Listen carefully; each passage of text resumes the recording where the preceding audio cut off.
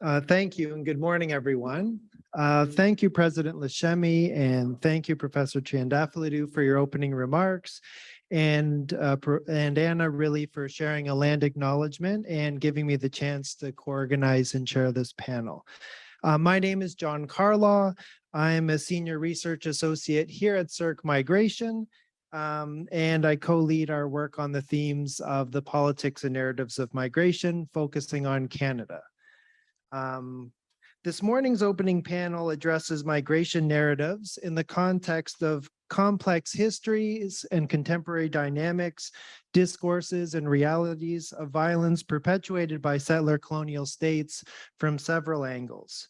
With settler colonialism being the overarching theme of this panel, if you haven't had the chance to do so, I would encourage attendees here and online to check out the work of the Yellowhead Institute, an Indigenous-led think tank here at the university that does work to contest settler colonialism in Canada and amplify Indigenous voices. Their work and that of the speakers we'll hear today really do challenge the disjunctures between narratives of inclusion and contemporary practices of exclusion, unfortunately, that are all too common.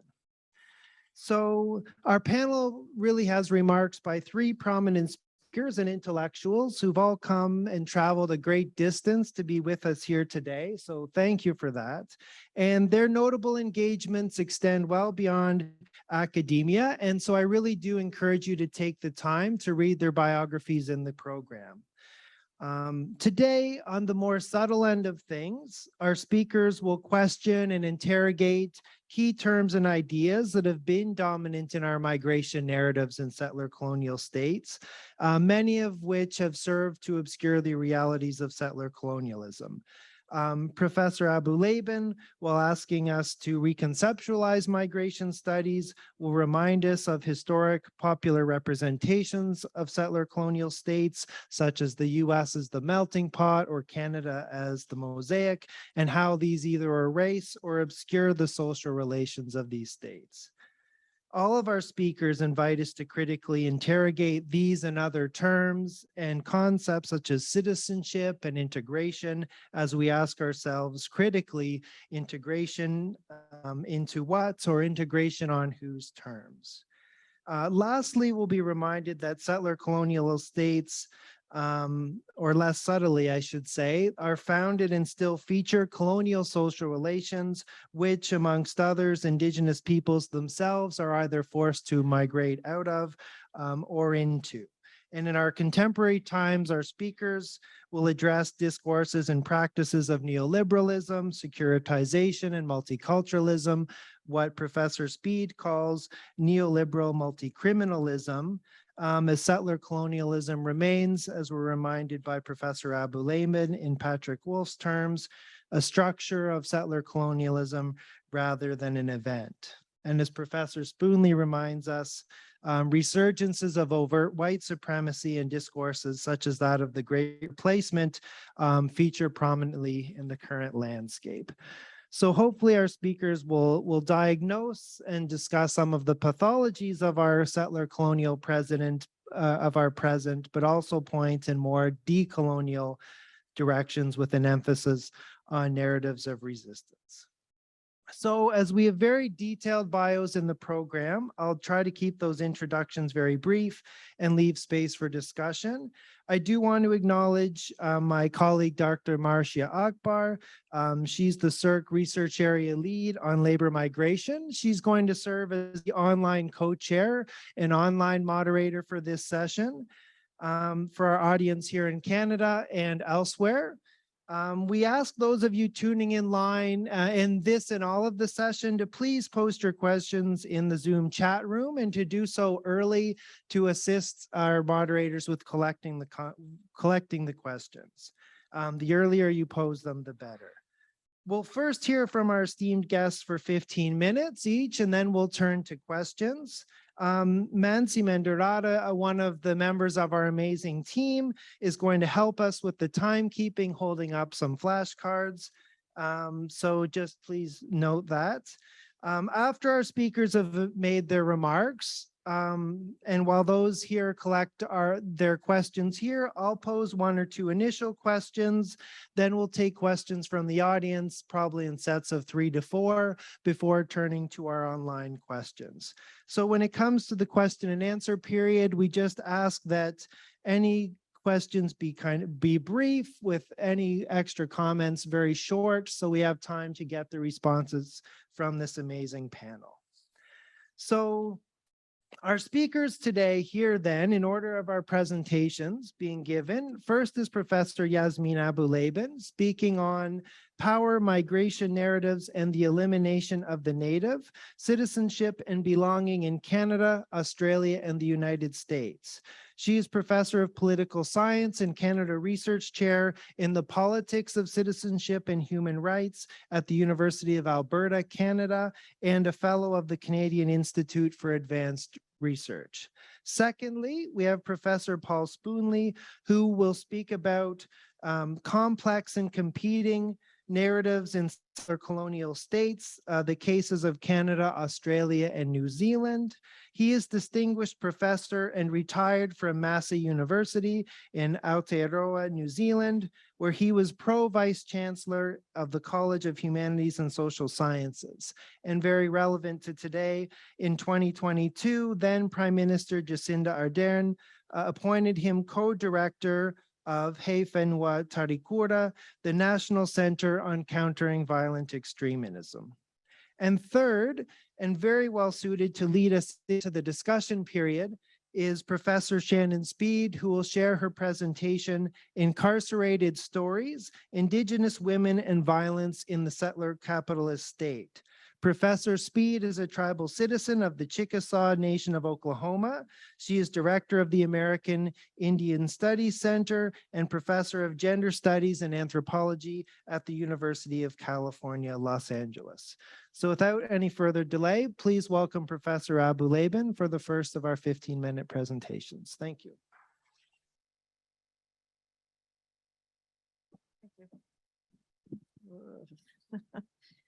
Okay. Thank you for the introduction. I'd like to respectfully acknowledge that Toronto is in the dish with one spoon territory, which, as we were informed earlier, references a treaty, but also a memorable image carrying with it a hospitable and inclusionary spirit. And I highlight this because of where we are gathering, and also because my talk considers migration images, metaphors, and national mythology that developed in the settler colonies of Canada, the United States, and Australia, which have often been exclusionary. So in looking at these countries, what I will argue is that even though these states formerly adopted non-discriminatory immigration policies in the 1960s and 70s, the stories and images circulating about migration and the nation have tended to mask or make invisible Indigenous peoples, as well as whiteness as a site of racialized privilege in relation to land, resources, and power. I further argue that when we start to really take Indigenous people and settler colonialism seriously, longstanding concepts migration scholars take for granted as being positive, things like integration, citizenship, and belonging, get thrown into greater normative or ethical question. So to make this argument, I'm going to do 3 things. First, I want to look at settler colonialism as a specific type or form of state. Second, I want to situate the shift towards formerly racially non-discriminatory immigration policies in relation to the absences in the stories, myths, and metaphors of the historic past. And then third, the normative challenges that settler colonialism suggests in relation to integration, citizenship, and belonging are considered. So turning to the first part of my talk to think about settler colonialism, as Isabel Altamirano Jimenez notes, settler colonialism can be understood as a specific colonial formation characterized by its relation to land and resources, with many accounts addressing the remaking of Indigenous land into the settler home.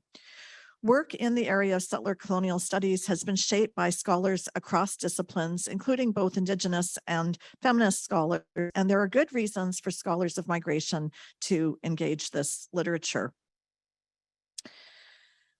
So I think doing this kind of engagement really points to 5 distinguishing features of settler colonies like Canada, the US, and Australia. So the first is that settler colonialism is an ongoing process in the here and now. In the words of Patrick Wolf, it is a process, not an event. So we need to recognize the colonial present. Second, settler colonies are about control. Settler colonial studies draws attention to how settler states exercise control over lands and people, particularly Indigenous peoples, in the name of frontier expansion and managing diversity. Third, in settler colonies, social relations of power are complex. Feminist intersectional theorists have observed that settler colonies are incredibly complex when it comes to gender, race, ethnicity, class, amongst other lines of difference. And because they are internally diverse, national mythology typically does not take the form of a myth of common origin, but rather instead, it tends to invoke a common destiny. A fourth feature is that you encounter resources, land, and Indigenous resistance. They're all resistance. It's all relevant because in settler colonies, there's ongoing Indigenous resistance to the usurpation and exploitation of land and resources by state and or industry. And then not least, there's violence. Settler colonies are places formed through violence. Literally, massacres and genocide can be read into the histories of Australia, the US, and Canada. Moreover, violence is ongoing today. Indigenous peoples continue to experience violence, whether by the state and police violence and incarceration, or in the larger civil society. And we can think here in Canada of the missing and murdered Indigenous women, girls, and Two-Spirit people, which has been deemed a genocide by the inquiry into the matter in 2019. So all these factors necessarily complicate these states, but when we look at historic metaphors and myths pertaining to nation and immigration that still circulate today, we really don't see them reflecting these realities. So let me turn to the second part of my talk to consider the myths and metaphors more closely. And I just want to indicate, of course, there are differences between Canada, the US, and Australia in relation to their ties to Britain and their histories of modern state formation. But in the case of all three, for much of their history, white British origin Protestants were the preferred immigrants and citizens. The formal racialized restrictions governing immigration were not fully removed until the mid-1960s and 70s across these countries. This pattern of similarity in becoming formally non-discriminatory, self-styled nations of immigrants belies different myths and metaphors of common destiny, which developed in and through the 20th century in each country. So these can be summed in the US as the melting pot, in Canada as the mosaic, and in Australia, the digger. Each had a kind of forward-looking destiny, but absented Indigenous peoples as well as people of color. And each has a lingering resonance today, which is why they remain relevant to think about in turn. So in the US, the term the melting pot was in circulation prior to the 20th century, but the idea of people melding together into a great American melting pot was largely popularized in a play that was entitled The Melting Pot, which premiered in 1908 and ran on Broadway for months. It was a play written by British playwright Israel Zangwill, who was a London-born Jew of immigrant parents. And he saw America as a nation of immigrants and a haven for Jewish people facing persecution in Europe. Now, the play won the endorsement of then US President Roosevelt when it premiered. And when this play premiered, it was in the heyday of the arrival of the so-called new immigrants from Eastern and Southern Europe, and tremendous popular and political debate about the ability of these so-called races to assimilate, as well as the desirability of immigration in general. Now, Zangwill's play was clearly pro-immigration. Moreover, there was a radical element to it because in some ways it was not entirely clear what was going to emerge out of the melting pot. And in fact, in the words of one disgusted critic in 1909, Zangwill's melting pot will, quote, ultimately steam forth anything but English. So while in some accounts the melting pot is presented as a vessel for assimilation, this was not the case with Zangwill. But to be clear, even Zangwill's vision of the melting pot found no place for Indigenous peoples or Blacks. And in fact, he explicitly warned against Blacks and whites procreating. So turning to the mosaic, now despite the potentially different readings of the melting pot and the fact that Americans who use the term even today might not mean it to refer to assimilation as much as cultural interchange, the version that came to have salience in Canada was the one more associated with assimilation. So John Murray Gibbon, in his 1938 book, Canadian Mosaic, The Making of a Northern Nation, is credited for both popularizing the idea of Canada as a mosaic, as well as simultaneously highlighting this as a point of positive differentiation with the melting pot. So Gibbon worked for the Canadian Pacific Railway, initially in advertising, and he worked on and off for the CPR at various points. And of course, this railway company had a great interest in transporting incoming immigrants in a time of frontier expansion to the West. As in the United States, turn of the century, Canada was also characterized by so-called new immigrants from Southern and Eastern Europe, and nativist and restrictivist sentiments superimposed over the French and English division that federalism introduced at the time of Confederation in 1867, never really completely accommodated. So Gibbon was also a writer and promoter of so-called folk culture, co-editing, for example, a 4-volume collection entitled French Canadian Folk Songs in 1927 to promote better understanding of the French amongst English speakers. And this sentiment ran through his staging of a series of CPR-sponsored folk festivals, including in Western Canada, which featured songs and handicrafts from European groups composed of what he termed the old timers, by which he meant the French and the British, who started the proceedings, as well as a range of so-called racial groups from diverse countries of Europe who joined later. But it was typical for a Gibbon pageant to end with the various groups coming together to sing "O Canada" and "God Save the King," sung in English. So in other words, the nature and the ordering of presentations, as well as the culminating anthems, left less doubt than in the case of Zangwill that those that were white and British origin and English speaking would remain hegemonic. The reception to Gibbon's vision was mixed. Some found his pageants charming, but he was subjected to journalistic attack for being pro-immigration. His mosaic, which was really about a form of destiny, was also exclusionary. Indigenous peoples and people of color were absented. So in short, as metaphors expressing narratives about immigration, the melting pot and the mosaic were exclusionary, and they disavow past legacies, including the inequalities produced through the violence and land expropriation of settler colonialism.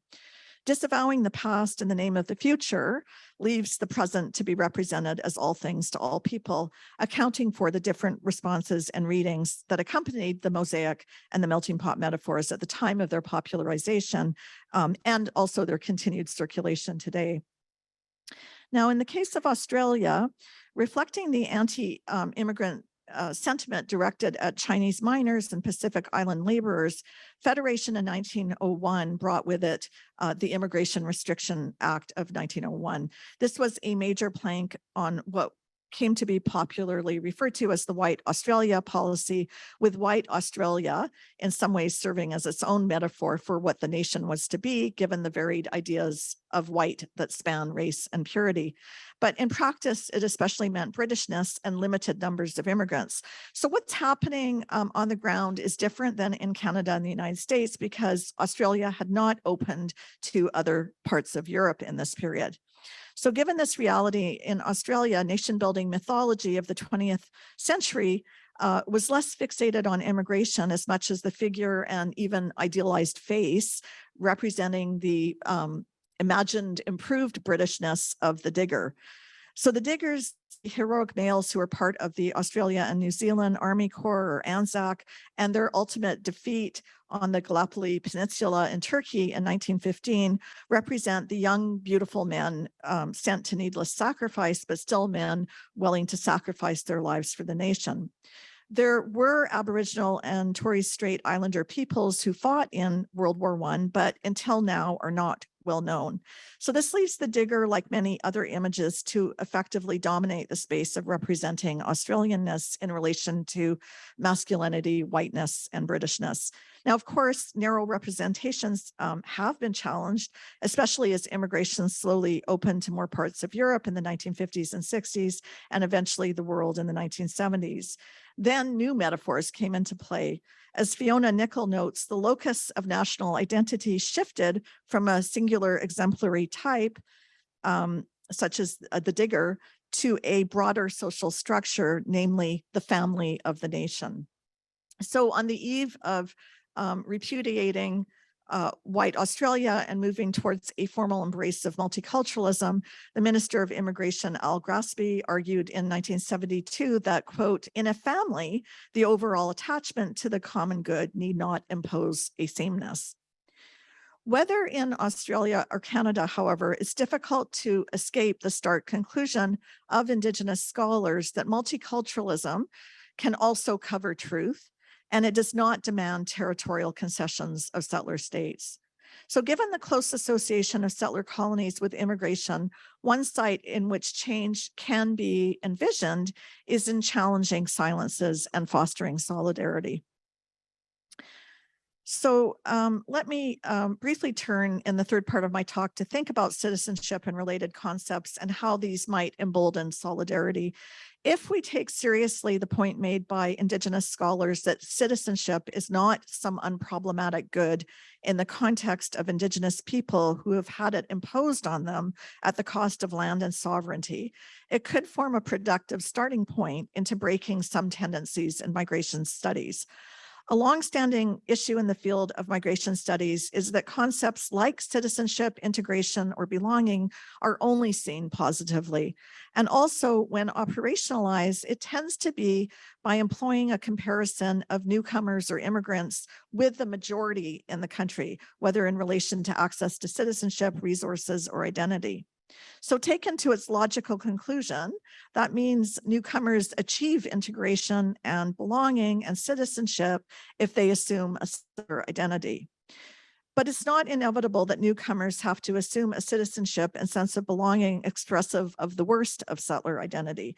This is especially the case if Indigenous peoples have a voice in immigration and if integration is shaped by recognition of treaties as well as with direct engagement with Indigenous peoples and Indigenous perspectives and knowledges, including land-based education. This kind of direct engagement should be supported by greater state funding to immigrants serving in ethnocultural organizations. In all this, what Leanne Simpson has called co-resistance holds tremendous possibilities. So precisely because settler societies are complex, there can be solidarity, movement building, and claims making across lines of difference involving Indigenous peoples, settler citizens, and non-citizens. While it is by no means clear that the settler states or settler citizenships are about to disappear, these many possibilities are suggestive of ways to move beyond limiting myths and metaphors towards a praxis of solidarity and anti-oppression. Thank you.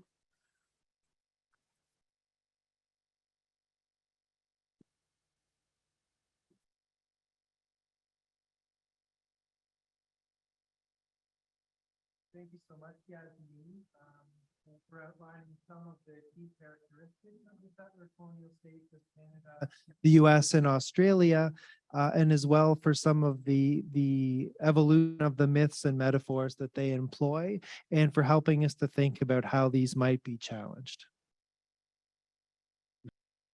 Kia ora tata katoa and mihi nui. Welcome to all of you. Greetings to all of you and kia koe Anna and her colleagues. Thanks for organising this, and I'm really pleased to be part of it. I do want to acknowledge, as we would in New Zealand, acknowledge the people of this land and mana na waka na reo and na tangata whenua tēnā koutou, kia ora tata katoa. Na mana the standing, reo the languages, waka the canoes, and the name is na tangata whenua, tangata people whenua of the land. I'm As you can see in my title, am the head of He Whenua Tarikura in the Department of Prime Minister and Cabinet. Whenua is land, Tarikura means peace, and it's part of an initiative of the current Labour government to try and identify some of those areas where research, policy, and communities can come together. It came out of a very unfortunate set of circumstances, which was, of course, the Christchurch mosque attacks.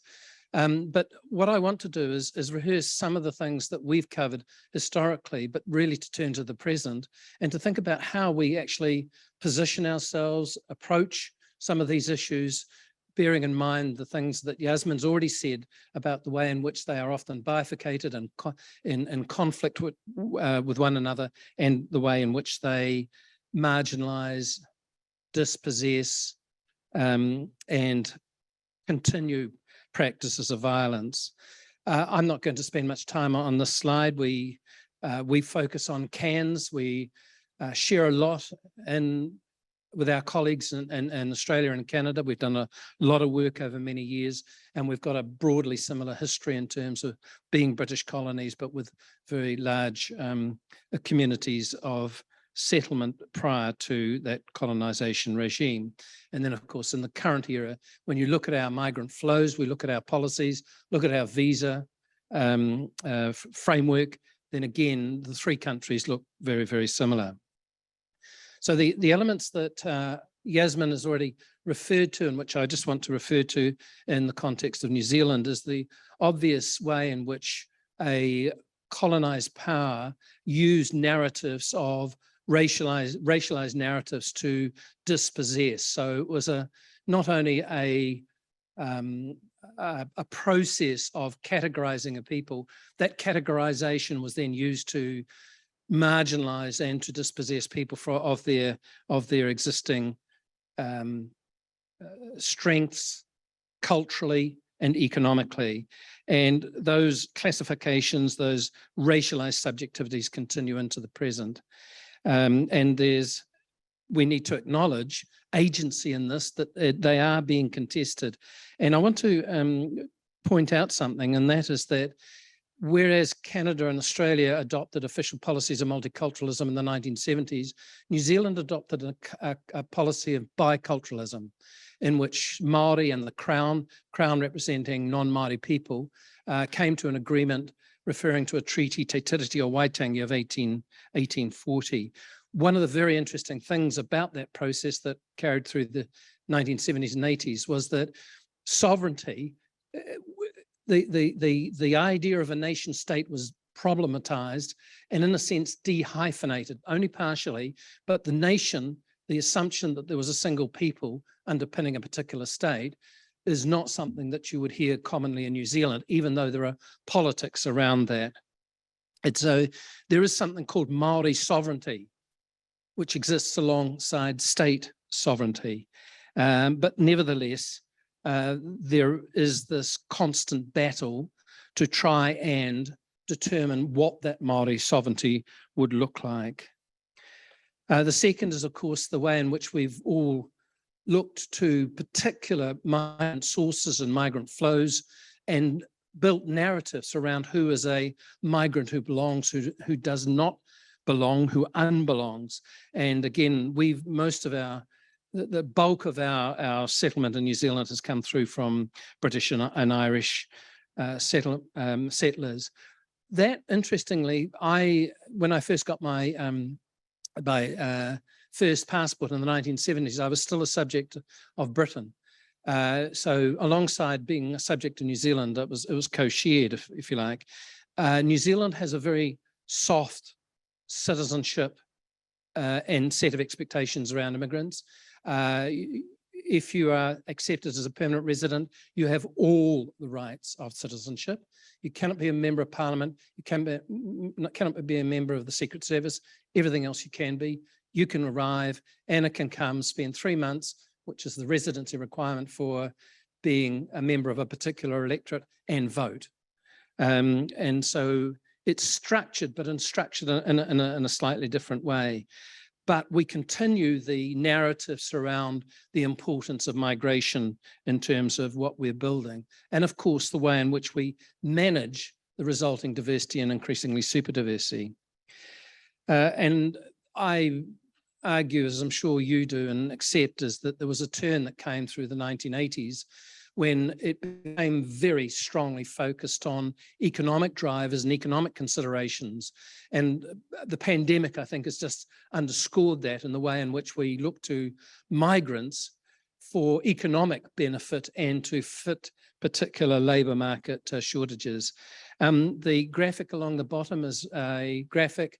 Max Planck have funded a visualization of super diversity. So Dan Hebert, myself, Alan Gamlin, and the CANZ of Australia. So I've chosen Vancouver, Sydney, Auckland, and we're looking at how we understand the arrivals, but also the impacts and the very different settlement outcomes. One of the things two things we want to do. One is to visualize it. So how do we communicate this to non-academic, to complex story, but how do we communicate it to non-academic audiences? And then how do we capture that, that complexity, big data, and then provide it with, provide particularly policy communities, media communities with something that we can talk to them about in the way that tries to take out some of the politicization of immigration. And of course, the point here is that as the state has become very involved in and of course I now accept some responsibility for this. I think one of the interesting dimensions, and I want to come back to this because I want to leave you with a challenge, which is where do we position ourselves as people doing research in this area in terms of these complex communities, their expectations, and the way in which they're treated, the narratives that they encounter. As Gidley has said, in managing municipal diversity, and no better place than to do so in Toronto, what's our complicity in that? And one of the things that really has quite upset me is this part of the team working with Steve Verdevick around super diversity is that the critical dimensions of super diversity have been taken out, and a city like Toronto, perhaps I shouldn't use Toronto, but a city like Toronto says we are the super diverse city of the world, as though all of that was good and that it didn't have a lot of problems with it. And I think these new narratives of managing diversity reinforce neoliberal values in that. Oh, and I just, and the thing that continues to puzzle me, and it's represented in Yasmeen's paper, is the disconnect between the Indigenous, we would call it Indigenous, Aboriginal narratives, politics, and with those with immigrants. Why aren't those streams of our identity and community coming together in a way that they aren't? I started as working on extreme forms of white identity, and then began to morph out into understanding what is it about white hegemony. And I find this a very puzzling gap in much of what we do, is that we tend to look out and down and not look in and up. And we assume, very often the literature assumes a uniformity and a homogeneity amongst white hegemonic groups, which simply don't exist. There are points of tension within them. So how do we understand, engage with, critique, explore the impacts of white hegemony, and how should we conceptualize racialized hegemony? For me, there is a long history beginning with that settlement and colonization of attaching whiteness to a particular set of arguments about civilization and rationalizing what it is that those settlers were doing. And what's become interesting is as we move into an era in which our country has become much more diverse, ethnically, faith, linguistically, and so on, but we've also got a much stronger Indigenous population. They represent about 17% of the population. 1 out of 20 of all of our parliamentarians are Māori. As they begin to articulate in national forms, how does that sense of white identity, how is that preserved? How is it defended? How is it altered? And for some of us, when we use Pākehā, what we do is we attach it to an obligation to recognise the Indigenous rights and the Māori sovereign rights that exist there.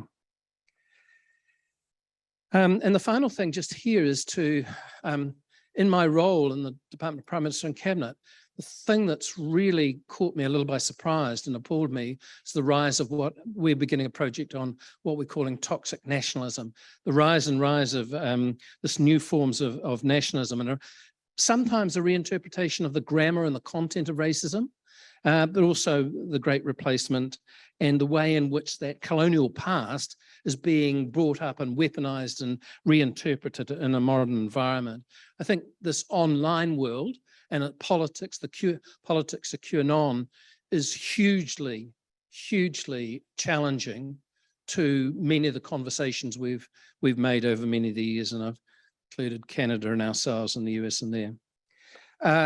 The approach that we're increasingly looking to do is a decoloniality approach in which we're trying to displace some of the assumptions, the modernity, the traditions that we come from, the assumptions that are made in those traditions, and to create space for non-Western, in our case, Māori, epistemologies, approaches. Some of you will know Linda Tuhiwai-Smith and her decolonizing methodologies. So we're beginning to make this, and we tend to use the word co-production, co-design, co-resist, but even the co becomes problematic in that environment. And I think we've got quite some way to go. But decoloniality is what we're trying to develop as a way of answering these complex narratives and politics in terms of the current set of issues that we approach.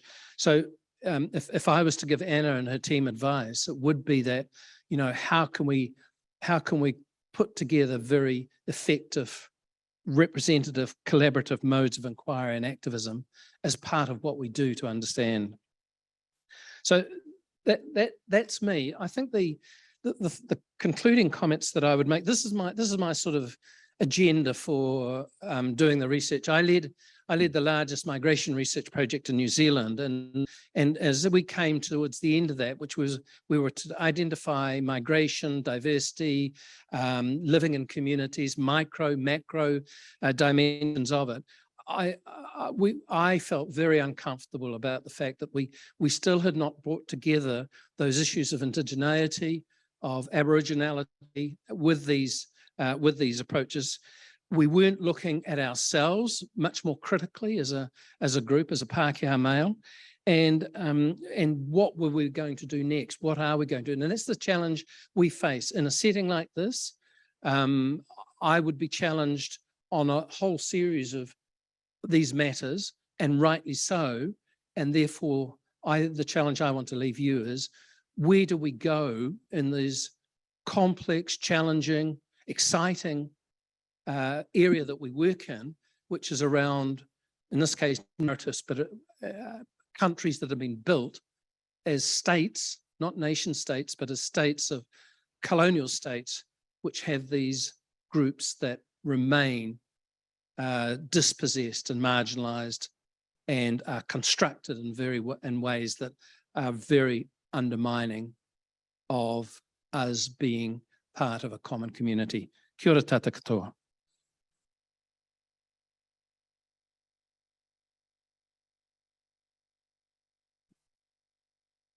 Thank you so much, Paul, for sharing the particular case of Aotearoa, New Zealand,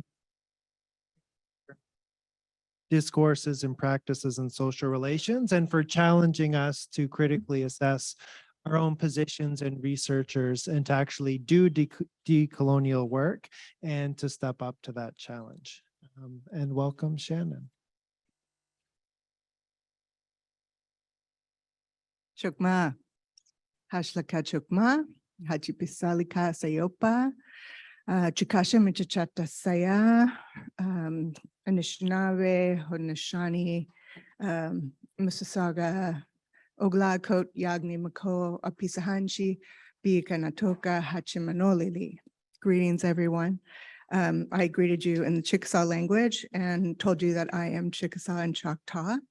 And I'm an enrolled citizen of the Chickasaw Nation of Oklahoma. I acknowledge the Anishinaabe, Haudenosaunee, and Mississauga peoples as the traditional land caretakers of the land we're meeting on today. And I want to say Chukmashki, thank you to all the organizers for inviting me to be here with these esteemed colleagues today. So my comments are based today on research and reflection from a recent book, Incarcerated Stories, that was based on the oral histories of Indigenous women migrants from Mexico and Central America, who I met in immigration detention centers in Central Texas. In it, I draw on the women's stories to analyze how power is working in the contemporary settler capitalist state, and in particular, how settler colonial logics of race and gender, or more accurately, white supremacy and patriarchy, intersect to render the women multiply vulnerable to violence at home, on their journeys, and once they enter the United States. Indigenous women throughout the Americas are subject to extraordinarily high levels of violence. Indigenous women migrants are particularly vulnerable to that violence due to their liminality as they travel through space. But one of the principal things that I argue in the book is that the forms of violence that they suffer are not random or products of chance, but instead reflect the structural brutality of settler ideologies of social hierarchization, such as gender, race, class, and nationality, currently bound up with neoliberal logics of inequality in which market forces are designated to define social relations. Their stories of violence thus have much to tell us about the state of the settler capitalist state.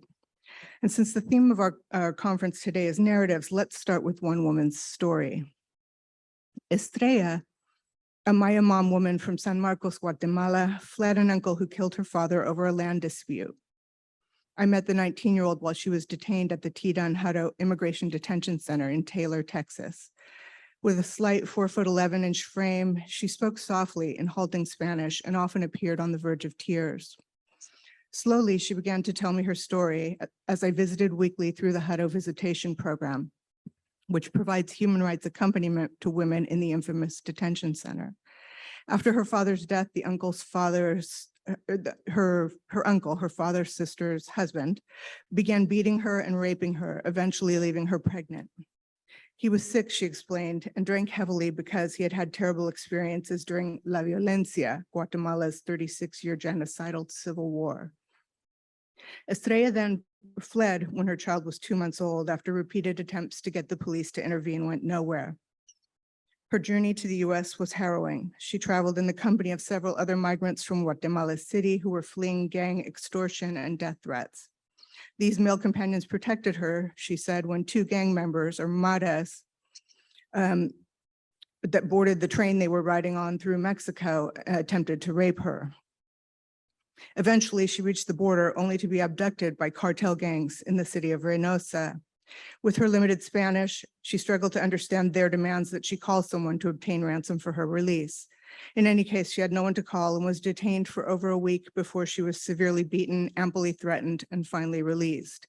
She turned herself in to the US Border Patrol, believing she had reached safety. When she expressed fear of returning to her country, she was sent into the vast immigration detention system to await her fate as an asylum seeker. She had already been detained for months when I met her, and her detention dragged on as the asylum office looked for a mom interpreter. I watched as her emotional state, not good to begin with, declined week by week as she waited and waited, spending idle hours worrying about her infant daughter and fearing that she would be returned to Guatemala. Finally, after more than a year in detention, she was so desperate to get out of Hutto, she nearly took voluntary departure. But a sympathetic immigration judge, and there aren't a lot of those, noting the strength of her case, set her free without bond, which almost never happens. She moved into Casa Marianela, an immigrant shelter, but there she often seemed to be in shock, bewildered by her short life's whirlwind of assaults. Less than a month later, she disappeared. Her roommate at the shelter said Estrella had mentioned she might be going to work in Washington with a friend, which seemed odd since she had reported having no friends in the US. When people from CASA called the number they found on the tiny piece of paper in her room, a man answered. They asked for Estrella. They heard muffled voices, then Estrella came on the phone, sounding nervous and unnatural. After a moment, the line went dead. That was 10 years ago. We never heard from Estrella again. We don't know for sure what happened to her, but we believe Estrella was a victim of human traffickers that prey on vulnerable migrants. It was the stories of women like Estrella that brought me to this project. I began visiting the Tidan Hutto residential facility in 2010 as part of the visitation program. The infamous facility had recently been the subject of an American Civil Liberties Union lawsuit against the Department of Homeland Security for detaining families in prison-like conditions. I was drawn to visit by reports that there were a significant number of Indigenous women from Latin America in the facility. This was back in 2010, so Indigenous immigration out of Mexico and Central America was just on the beginning to rise. Today, we know that a third or more of the immigrants at the US southern border are Indigenous people. As I visited, the women told me their stories, which were invariably about violence. The stories were powerful, compelling, and spoke more to their strength and courage than their victimization. Many had experienced domestic or other forms of violence serious enough to compel them to leave home, community, and family and undertake a dangerous journey with an unknown outcome. Authorities in their home countries were unwilling or unable to protect them from the violence or hold accountable those who perpetrated it. Their journey inevitably took them through Mexico, where they experienced violence at the hands of human traffickers, petty criminals, gangs, and cartels, as well as the military, police, and immigration authorities. Once they entered the United States as immigrants, they faced potential incarceration under draconian immigration laws and policies ostensibly designed to impede terrorism. Those who avoid detention or got past it without being deported but remain undocumented faced new vulnerability to violence at the hands of strangers or family members because of a fear of reporting. Indeed, violence so thoroughly marked the lives of Indigenous women migrants that it's hard for many to imagine a life where they are not vulnerable. So the book moves with women on their journey, starting with their experience in their home community settings in Mexico, Guatemala, and Honduras. For many, like Estrella, it began at home with intrafamilial sexual violence. Interfamilial gender violence is an epidemic for Indigenous peoples everywhere. Statistics are notoriously sketchy because of widespread underreporting, but even the numbers that we have are staggering. Almost all the women I met in the course of the work had suffered some kind of interfamilial violence, even if it was not what eventually led them to flee. I was frustrated with much of the literature on interfamilial violence, which I found individually pathologizing, and even in the better like feminist concept of a continuum of violence, exculpatory of the state by framing it in ways where domestic violence on one end of the continuum and state violence on the other end. But because the women's stories instead pointed to the interrelated and mutually constitutive nature of all the forms of violence that they suffer, and the ways that the state is implicated even in what seem to be private forms of violence. So I looked here at how discursive constructions of Indigenous women as violatable justified the sexual violence that was a fundamental part of the process of colonization, while racialized trope of the primitive and disappearing Indian underpin both historical and contemporary violence waged against Native women. The discourses of race and gender that were formed in the process of colonization continue to shape the contemporary settler state because, of course, colonial occupation is ongoing. Estrella's story illustrates these dynamics in Guatemala. Guatemala is a country deeply marked by settler processes in which white European settlers generated a near-apartheid racial divide that facilitated Indigenous dispossession and labor extraction over the course of centuries. The enforcement of patriarchal European norms, particularly the gendered restructuring of labor and access to positions in the public sphere, generated a context in which women were devalued and subordinate to men. Notably, specifically flagged the war as having been the cause of her uncle's abusive behavior. Guatemala's genocidal civil war was one in which white settler elites reasserted their political and economic control by waging highly racialized and gendered violence. This resulted in more than 200,000 deaths, 83% of which were Mayan. and women were subjected to rape on a massive scale. Official estimates of the report of the Commission on Historical Clarification are that more than 100,000 women were raped. The consequence of gendered genocidal violence also manifests in gendered ways, playing out as domestic and sexual violence. Importantly, this shows the ways in which ostensibly distinct forms of violence, such as state-sponsored genocide and interfamilial violence, are in fact intimately bound together. The vast majority of these crimes were never prosecuted, which leads me to another point to draw out from Estrella's story.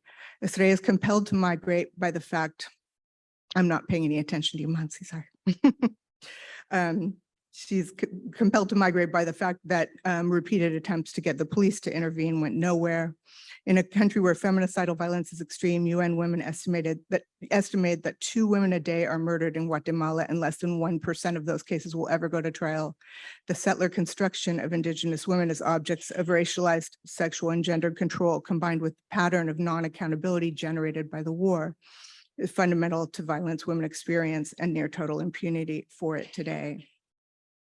The women's journeys inevitably cross Mexico and offer insights into the ways that neoliberal logics are at work in the violence that the women experience.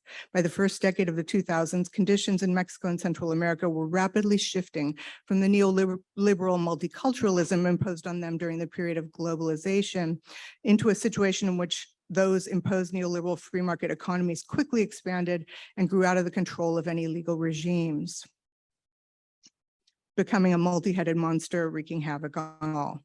The nascent democratic tendencies and fledgling rights regimes of the multicultural moment in the 1990s, however limited, were quickly sucked into the vortex of mass-scale illegal economies. Drug, gun, and human trafficking expanded as the cartels grew in Mexico, feeding on widespread corruption of the government and military and the deregulated money flows and reserve army of the newly impoverished generated by neoliberalism. Increasingly, authoritarian and militarized governance became the norm as Mexico entered the so-called drug war. Human rights and Indigenous rights faded into obscurity in the face of obscene levels of bloodshed and massive impunity. Estrella experienced different manifestations of this, from the Maras who attempted to rape her to the cartel gang that held her for ransom. And I really wanted to think here about how these colonial tropes of violence link up with neoliberal logics to generate not only intersexual violence the women experience, but an astonishing lack of accountability for it. I characterize this in the book as neoliberal multicriminalism to contrast it with the earlier period of neoliberal multiculturalism. In a nearly superhuman effort, Estrella survives all of this only to reach the US and be detained by the Border Patrol. While there isn't time to go into it here, the book looks at the US immigration detention system and immigration policies to consider the particular ways Indigenous women are uniquely rendered vulnerable within it. There was an important discursive and structural shift in the post 9/11 period, framing all migrants as potential terrorists in the United States. In this vein, in 2015, Immigration and Customs Enforcement, or ICE, began arguing regularly that women and children seeking refuge from violence in Central America must be maintained in detention because they pose a national security risk.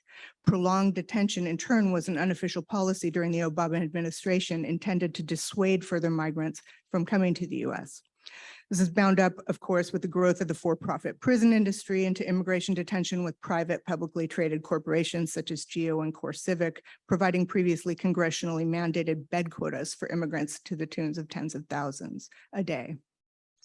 The Tidon Hutto facility was a microcosm of those larger dynamics, a former medium security prison that was remade to house families. The CCA built the facility and still runs it. Euphemistically called a residential facility, it imprisons approximately 500 women, mostly asylum seekers. Abuses in the facility are rampant, and it's been the subject of 2 federal abuse investigations, and a former guard has been convicted on felony charges for sexually abusing detained women. While all women are at risk for such violence, Indigenous women are more vulnerable because they are socially isolated due to the racism of their fellow migrants and due to language if they don't speak Spanish, which makes them targets because it's virtually impossible for them to report. So I argue that the detention of refugees is itself a violation of their human rights with real and lasting effects, but I also consider the ways that the settler sovereignty is upheld through the policing of what subjects can enter its territory, sovereign power as the right to exclude. Ideologies of race and gender that play a role in rendering women vulnerable in this context are settler-generated ideologies that have persisted through time, just as the settler state has. And while they are deployed differently in different contexts and phases of capitalism, think Bracero program or Chinese Exclusion Act, they continue the same work of controlling and managing populations that pose risk to the settler state. Indeed, the immigration prisons of the neoliberal multi-criminal era serve as the space for the settler state through law and policy to perform its sovereignty, asserting its right to be and to rule in this territory. Estrella's story, as we know it, ends with her possibly being a victim of human traffickers in the US. So I look at the ways the US is enmeshed in these networks of criminality. But I also want to look at the ways that the US immigration policies themselves constitute violence through the overarching structure of vulnerability they create by rendering people always deportable and thus subject to separation from loved ones, to further violence, or even to death in the places they fled. The fear of deportation in turn renders women vulnerable to various other types of abuses, from domestic abuse to trafficking, because they're too fearful to seek redress or support. Of course, also through deportability, the state facilitates the needs of capitalism, generating a readily exploitable labor base for the voracious markets and drive for profit that characterize neoliberal capitalism. The neoliberal multi-criminal settler state thus uses deportability to enable capitalist exploitation and perpetuate settler sovereignty.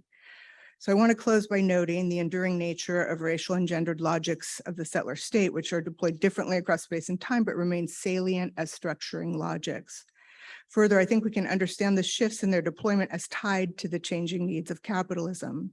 Multiculturalism, which emerged in tandem with neoliberalism, went into crisis as neoliberalism reached its point of maximum expansion, hence the resurgent white nationalism, et cetera. Indeed, we would expect that long after neoliberalism has faded into some new phase of capitalist exploitation, settler types of race, gender, class, and belonging in distinct iterations will continue to structure the conditions of possibility for people's lives. I'm aware that's not an upbeat conclusion, but I'll close with the suggestion that perhaps it's time to confront the reality that shifting law and policy will do little to end the enduring structures of power that Estrella and all the women I worked with, indeed all of us, are caged within. If we seek a real change, we have to create a society that is not structured on native dispossession and capitalist exploitation. Despite Fukuyama's claims about the end of history, there is nothing inevitable about settler capitalism. As the Zapatistas told us a quarter century ago, and Indigenous peoples have always known, another world is possible. Thank you.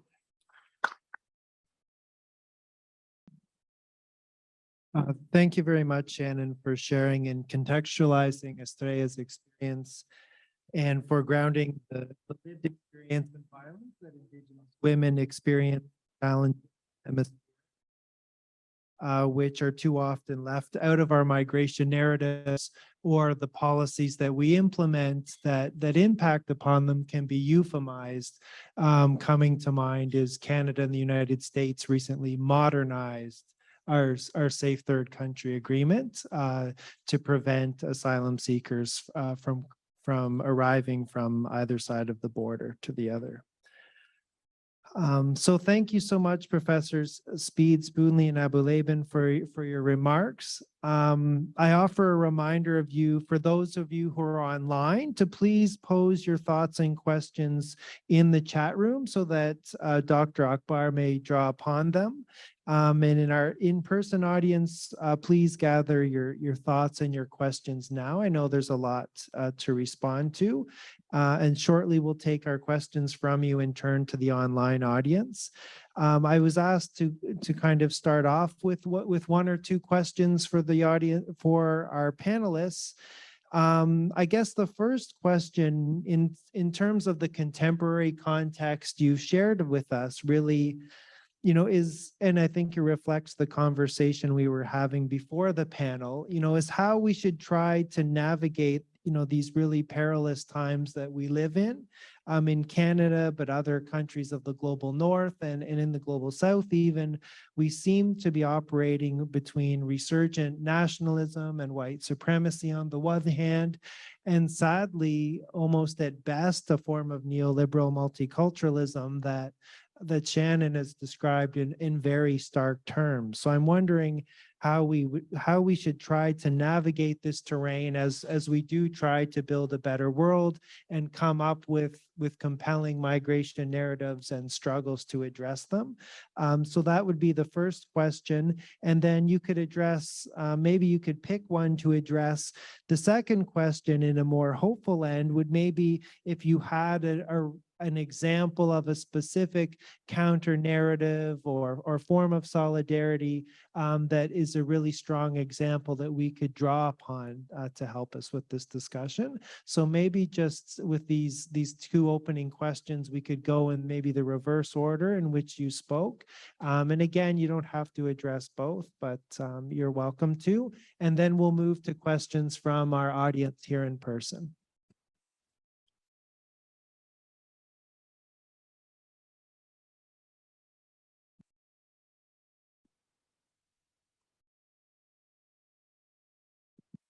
There we go. Those are big questions. So obviously the conclusion that I came to in this paper is kind of a dramatic one. I mean, I was writing that book at a moment, just a little ways into the Trump presidency, in which, you know, in the United States, people were very much sort of wringing their hands and asking themselves, how on earth did we elect this, you know, racist, misogynist, you know, lunatic, basically. And people seemed sort of surprised by it. It was like, because of the Obama administration, there was this, so there's in the United States, there's this kind of ideological line that we're fed in multiple ways throughout our lives about there's some kind of unilinear unfolding of history, right, towards developmental linear kind of getting better all the time argument that plays right into narratives around rights, right? So we're making progress, hence politically progressive. We're making progress along that line of history that's taking us to some, you know, higher place, which, you know, for the US was Western democracy, you know. And so we believe that we're not there yet on race, but we're getting better. We're not there yet on gender, but we're getting better. And this was this like huge swing back, right? And so everybody was like, how do we get way back here when we were up here before?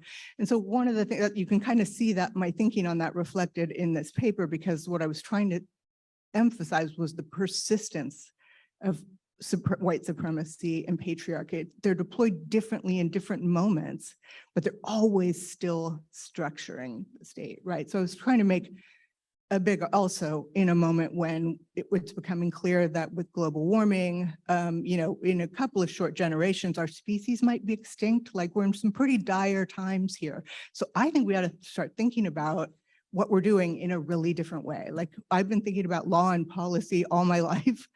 And I'm not seeing much in the way of progress. In fact, I think we're way back here, worse than where we started in my lifetime. So, you know, I think we need to start imagining a different kind of world. And so, you know, I just want to say settler capitalism, we also get fed an ideological line that this is inevitable, right? That this is the way it has to be, or the only way it can be. And, you know, settler capitalism's only been around for about 500 years. That's a blip on the radar screen of humanity, right?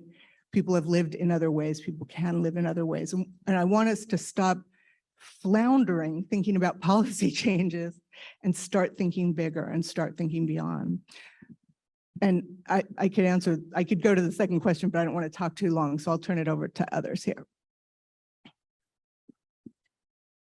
Please, Paul. Okay. Thank you. Thanks, John. Let me start with my pessimistic side.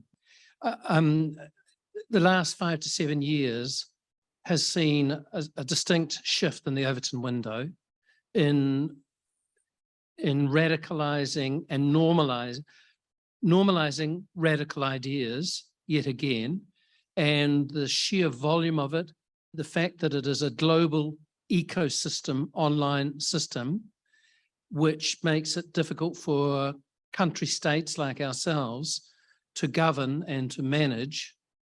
And also, it is to me a little puzzling that you in Canada, we in New Zealand, should be so influenced by QAnon or sovereign citizen or any other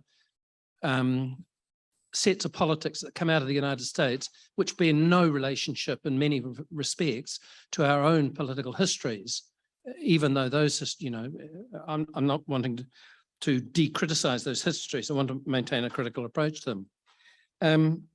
So I do see a polarization, and what keeps me awake at night is how you overcome that degree of polarization, the unwillingness of communities to not treat others respectfully, to attack others, to be very vitriolic and hateful, and not to be guided by facts. Now, there's in terms of what we're doing, there's little that we can find yet to mount something which is effective an answer to that.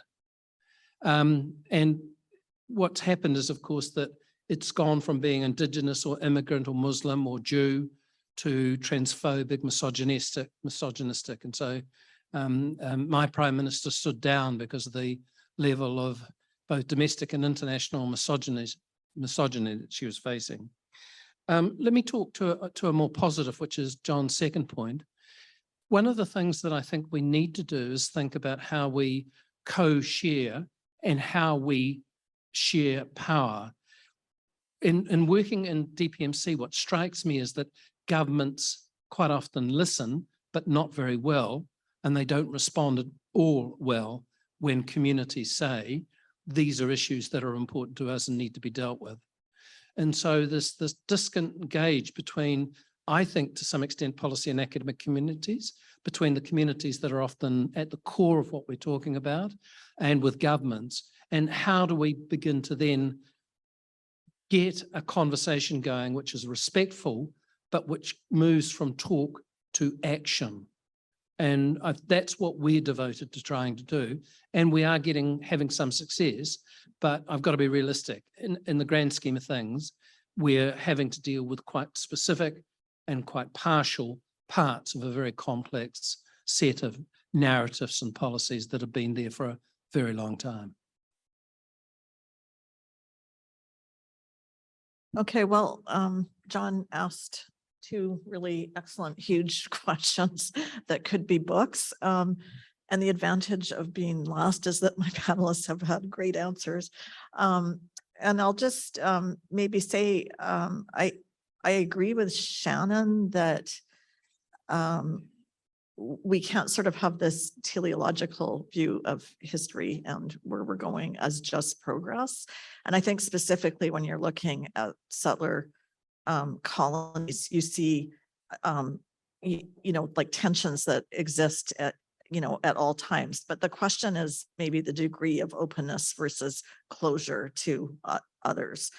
I also agree with Paul that we're in a period where there's a lot that's going on at the same time. And this also picks up on some of the things Shannon said, that, I mean, we've got climate change. We've had the pandemic and predicted other pandemics. We have neoliberalism and the supremacy of the market. We have xenophobic populism, which is tied to securitization. And I think what can be helpful in there is having some thought about how we reach this juncture. We can reflect on the fact that there was certainly a lot of anti-immigrant sentiment in the 1980s and 90s and political, some political mobilization around that, but it tended to be very fringe, right? Like we'd look at maybe far right parties, or it tended to be sort of contained. I think 9/11 is a huge, sort of shift in terms of opening up the doors to a kind of level of racism because of the unfurling of Islamophobia, and a level of racism because it was legitimized by elites, right? So, and it sort of becoming, there were literally, conversations in newspapers after 2001 that, well, it's okay to profile.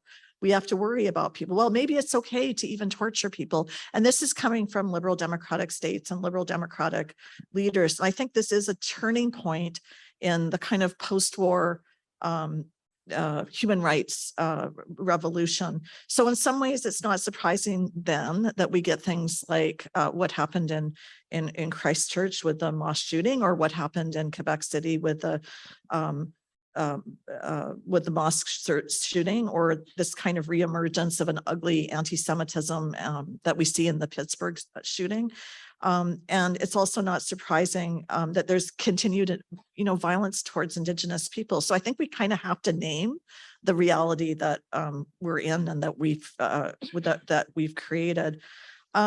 In terms of navigating, I think these are complex. I think we need a multidimensional, approach involving civil society, involving coalition building. It may look at things like policy and parties and government, but it is also stuff that's happening on the ground. And I think that in all this, and I guess what I was trying to get at in my talk is that we really also need to think about our history and whose voices haven't been there in the telling of our history, the pitfalls of some of our historic narratives, and making room to challenge silences. And I'll just end by noting that I think we have, in reflecting on the Canadian experience, partly because of the TRC, I think there are things happening that are very encouraging as well, right? I always try and look for the hopeful signs of things. But I mean, I think the TRC was kind of brilliant in that they framed reconciliation as an ongoing process. And I think where it's been quite effective is not necessarily in the state's responses, because we still see the same issues around land and resources. But in things like education, we have seen shifts, and things like universities, and what Anna had said this morning about even Toronto Metropolitan University changing its name and having that kind of conversation. And I was also just, really excited a couple of days ago that it was announced that Connie Walker won the Pulitzer, because she's somebody who actually one of the best podcasts I've ever heard is the Finding Cleo podcast that was shown on or that was heard on CBC radio, and she's since moved to the US, and she did a story about her father's residential school experience, and that's won a Pulitzer. So those kinds of developments are suggestive of the fact that there is also like a hunger for understanding ourselves a bit differently, and that's something that can build towards maybe different kinds of conversations and a rethinking of the narratives that we tell.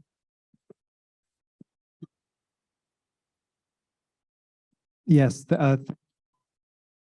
thank you for sharing your reflections. My mistake may be imposing big questions at the start, but obviously these are very important matters. But so we're supposed to finish by 11. We maybe have a few extra minutes. So what I have to do is ask you, the questions just need to be very direct and succinct and to the point, because I would like to have a very brief round in the room and then for our online questioners. So maybe just try to avoid the preambles and ask the question straight away. And then we'll ask our panelists to be as brief as they can. And we have people circulating with the microphones. I see a question here from a member of our team, Irina. I see another question here. And maybe we'll take one more here at the front from the people in person. So right there to Irina. No, wait for the microphone, please. And again, please keep the question concise. Okay, my question is to Shannon mostly. Thank you very much for such a disturbing and engaging presentation. I think I like the concept of gender genocide, which is quite innovative, and I think it leaves no one indifferent here.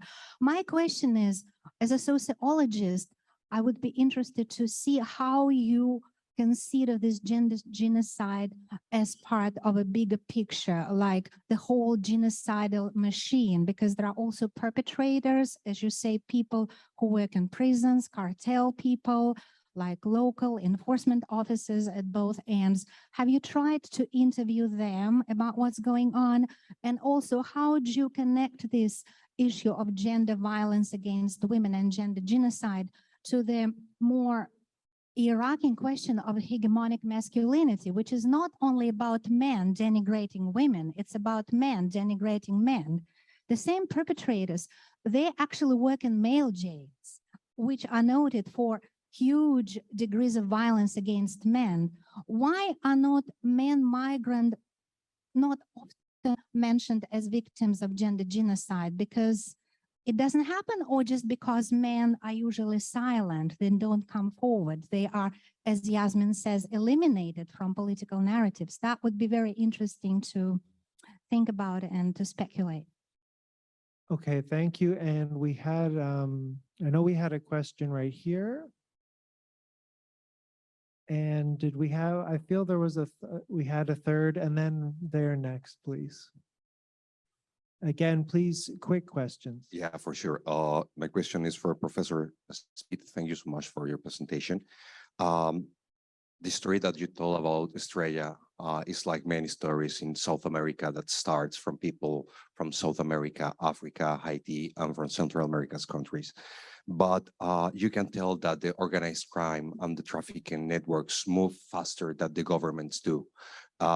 In many ways, we have now transnational organizations like the Tren de Aragua, that's an international organization that starts in Venezuela and now go until the United States with human trafficking. So I was wondering, how do you think that we can move in social society, in academia, and other statements, because these human trafficking networks are moving really fast and we are not doing that? Thank you. Okay, and we have a question here in the middle. Can you just raise your hand again here so they see you? And then, since we had our first two questions from Professor Speed, so we'll take that, and then maybe we'll take the two questions from online. Okay. Okay, I was wondering what the panel thought of treaty-based approaches to immigration, especially in territories like Canada or New Zealand, about turning to treaties to point to directions ahead, as well as providing a conceptual foundation for migration studies. Thanks. Understand we have questions online.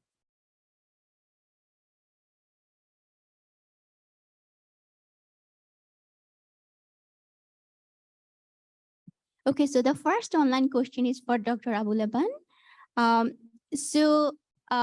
You made a call for newcomer integration shaped by recognition of treaties and interactions with Indigenous peoples and land-based education.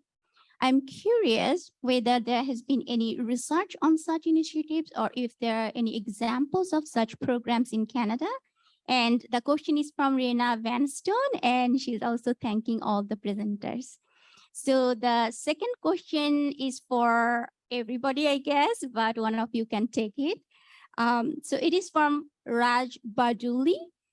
The question is, how do we see the role of the education system, curriculum, books, civic studies in decolonizing white hegemony and emphasizing narratives on people from different cultural backgrounds? Okay, so what we'll do, we'll ask our speakers to address these questions as succinctly as we can, and then we'll see if we have any further questions. I know there was a hand or two that came a bit later that we didn't get to. So maybe we'll go the other way, and we'll start with Yasmeen. Oh, okay, I wasn't expecting that. Okay, well, just on the question of treaties, I mean, there's a lot of debates about things like land recognition and whether they're performative and so on. But I think one good thing about these statements and that sort of turn towards doing them is that it's created an opportunity to kind of have a different cartography of this country, Canada, and to learn more about treaties. The other thing that's happened because of the TRC is that the citizenship oath has been changed to also incorporate recognition of treaties. So that is actually happening even, kind of from the level of policy and from these kinds of shifts that we've been going through. I think also kind of on the ground, there's a lot of things that have been happening. And I would say, some very exciting kinds of reflections that are being shared, including a recent piece that was written by Jubanessa Chapula, who was talking about bridge building between Indigenous and immigrant communities in the context of Treaty 6, and specifically at the University of Saskatchewan, and her specific experiences as an immigrant coming from Bangladesh in community gardening with Indigenous peoples, in kinds of experiences of conversation and exchange with Indigenous elders and others. So, I mean, that's one of many stories that we're hearing, from, sort of across the country by different initiatives. And then finally, I would also say that there's a lot of really interesting academic work that is being done and questions raised in that, including from Harold Bowder at this university, who's looked at issues of Indigenous voice in immigrant immigration policy making. So, and then just briefly on the role of education. I mean, I guess I wouldn't be a professor if I didn't think education was important. So I think there's a tremendous role for education from K to 12. I think it's also a space where there can be a replication of settler colonial images and knowledge, but at the same time, it can be a space where there's questioning, and I think there are opportunities there at all levels of education to change and challenge some of what we've been doing.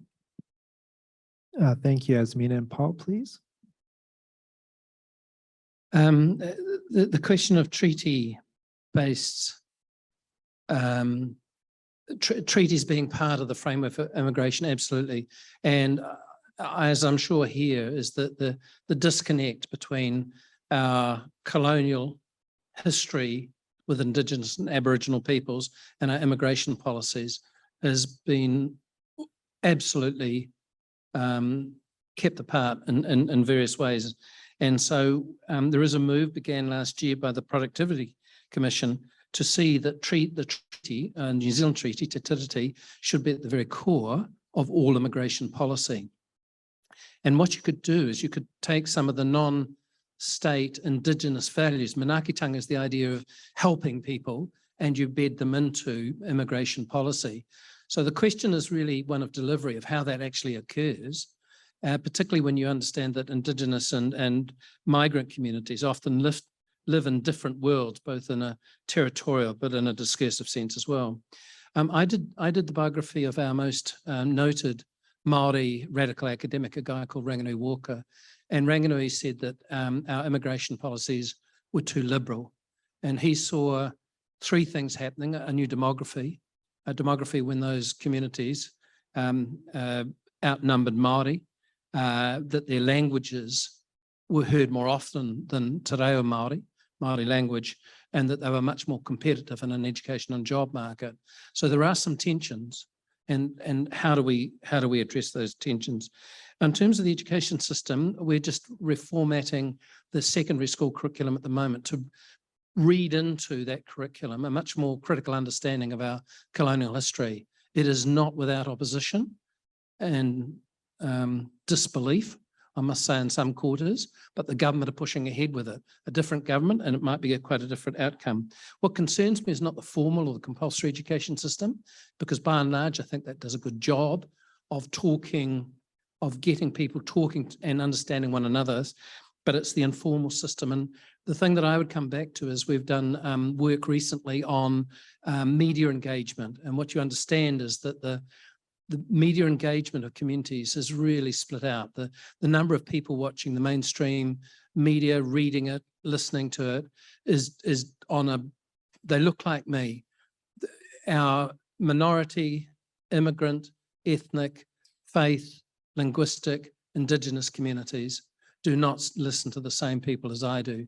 So I think the education system is part of the issue, but the other is, what are our commons? Where do we talk about these things? So given the time where we're at, then Shannon, you're going to have the last word before I take care of a couple housekeeping matters. Okay, thank you. I'll try to be brief. On the question regarding gender genocide, I mean, what feminicide scholars have told us, and you can see to be true in the stories of the women I interviewed for the book, is that, you know, perpetrators are from throughout the entire social fabric. I mean, virtually everyone is a perpetrator of this violence in some way, right? And so, you know, I did not interview perpetrators, partly because I think that kind of work can end up falling into that kind of individual pathologizing, right? Like what makes this man do bad things to women? And I really wanted to look at the structural issues that create the conditions of possibility for that kind of super widespread violence against women, right? And I wanted to really focus on the intersections of that with racialized politics that make women, Indigenous women, particularly vulnerable at that intersection. And regarding the, you know, kind of narco trafficking networks, you know, your governments can't move faster than the narco traffickers, but one thing that was very, very clear, and that I argue in the book, was clear from women's stories, are the multiple ways that the governments, at least in Mexico and Central America, are not at all separate from those networks. They're completely bound up with them. They're enmeshed with those networks. People are in all kinds of ways that we could talk about. So that's a problem, right? Then what can civil society do? I mean, my overarching concern is that it's precisely the neoliberal model that leaves us kind of devolving responsibility for everything rather than holding the state accountable for their complicity in those networks. We devolve the responsibility to civil society for managing the problem. That's a very kind of, you know, neoliberal imperative. And I don't think that civil society, I mean, there's all kinds of ways that people are mitigating the damage, right? So migrant caravans form to protect each other on the road. At the US-Mexico border now, where all the immigrants are being pushed back by the US to wait to adjudicate their asylum claims in Mexico. You know, the Mexican communities along the border have formed kind of mutual aid things to help the people who are there in the camps. All kinds of things can be done to mitigate damage, but we can't move faster than the narco traffickers. Why? Because neoliberalism created the market conditions in which those networks can thrive and be mobile, right? And so, you know, that's why I end up with such a dire conclusion, is because I feel like all we can do is organize to mitigate damage, and we should do that. Obviously, we have to do that, but it's not going to change the overarching picture. So I'd just like to thank the presenters again. I think they've really illustrated and discussed in a way that's helped us to understand the depths of the challenges and the deep roots of some of the problematic settler colonial narratives and practices that we have to address. But more hopefully, they have also given us, you know, some more hopeful examples and strategies, such as the real importance of the co-production of knowledge and some of the emerging narratives that we might draw and build upon. So I would really like to thank them for that, and thank those of you who posed questions. Our next session begins at 11:30. So in about a little over 20 minutes time. The next session is migration narratives in the era of social media. And so we'll be right back here in about 23 minutes for that. And for those of you online, you can stay logged in, maybe just mute yourself and hide your photo, and we'll see you here. And please, a round of applause to our panelists. Thank you for this rich discussion.